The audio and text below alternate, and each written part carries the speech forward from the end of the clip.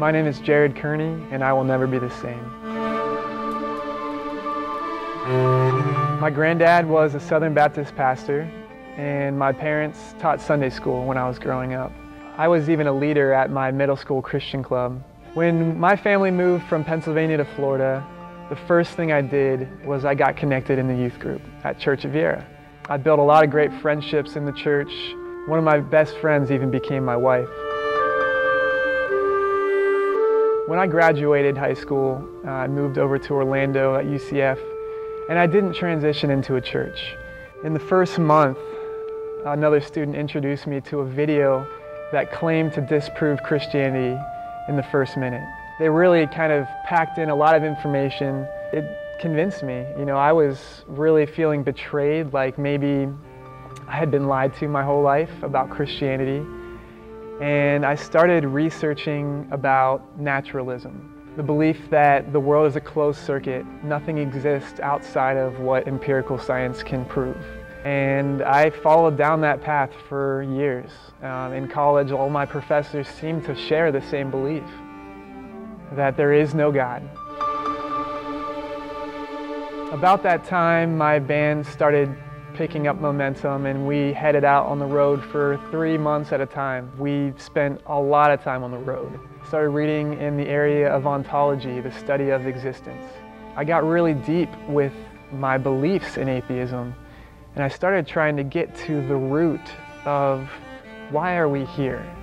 Going down that path, if we believe that nothing exists outside of nature, there's no soul, there's no free will.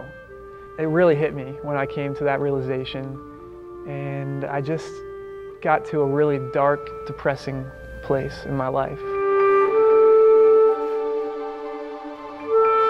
Luckily, I came home from tour right about then. I was home with my family.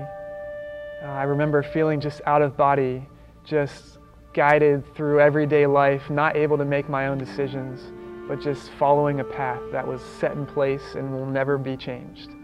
One night I sat down on my drum set, and I remember thinking, if I can just do this and distract myself, then maybe I'll feel better. Well, a minute into playing drums, I realized this is urgent. I've come to a realization in my worldview that leaves no reason to exist. I mean, there's no reason that we're here in that worldview. I reached out to my parents. I expressed that I was having a serious situation, and they took me in. I explained what I believed about the world and how I saw the world, how purpose and meaning is just an illusion.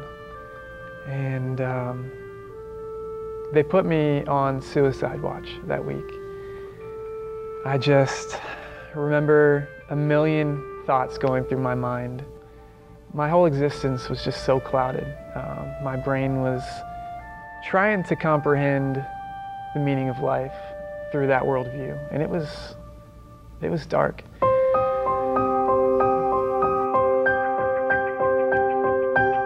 One night, my brother and his wife and their newborn child came over, and I remember feeling like I should be enjoying this moment, but I couldn't feel anything. There was no meaning in my life, and any joy I could feel was just an illusion. I was able to escape to the bathroom, and I locked myself in. I got down on my knees, and I remember thinking there are just two options right now. And one of them was to just end it right there. I didn't feel like there was any meaning or any purpose, and I couldn't live that way. But the second option was to just pray for a miracle, and it seemed so silly and so impossible to me in that worldview that I had, to pray for a miracle. That was the line in the sand, and my life depended on it. So I did. I whispered a simple prayer: God, if you exist, give me peace. And in that moment, those millions of thoughts that were going through my mind and just that clouded feeling I had disappeared.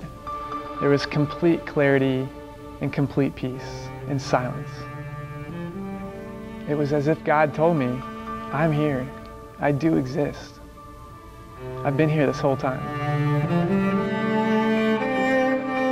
And all of a sudden, I went from having no purpose in life to having this grand purpose in the kingdom of God. I mean, we were all created for a reason.